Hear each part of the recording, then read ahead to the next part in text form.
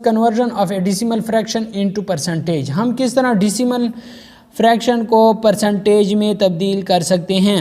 सबसे पहले ये कहता है रिप्लेस डेसिमल साइन।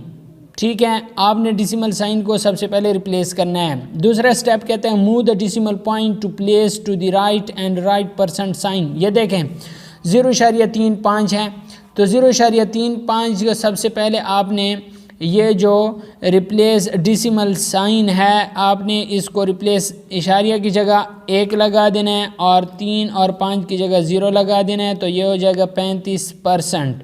0.07 है तो 7 इशारिया की जगह 1 लगा देना है, 0 की जगह 0 और 7 की जगह 0, तो ये 7/0 हो जाएगा, तो ये हो जाएगा 7%। 1.49 इशारिया की जगह 1 और 4 और 9 की जगह 0 लगा देना है, तो ये 149% हो जाएगा। क्वेश्चन नंबर 4 लास्ट क्वेश्चन है convert each of the following decimal fraction into percentage. आपके पास ये डेसिमल फ्रैक्शन है, आपने इसे परसेंटेज में तब्दील करना है। दोस्तों बहुत ही आसान है, 0.5 दिया जाएगा और आपसे कहा जाएगा कि इसे परसेंटेज में तब्दील करें। हमने क्या करना है, एक को ख़त्म कर देना है, यहाँ पे इशारिया की जगह 1 लगा देना है और 5 की जगह 0, तो इससे आंसर हमारे पास 5/10 आ गया है। अब हमने सोचना है कि नीचे वाले हिस्सों को ऐसे हिस्से से ज़रब दें कि जिससे हमारे पास नीचे वाला हिस्सा वो 100 के बराबर आ जाए। तो इसको हम 100 से ज़रब देंगे, 10 से ज़रब देंगे, तब हमारे पास 100 आएगा।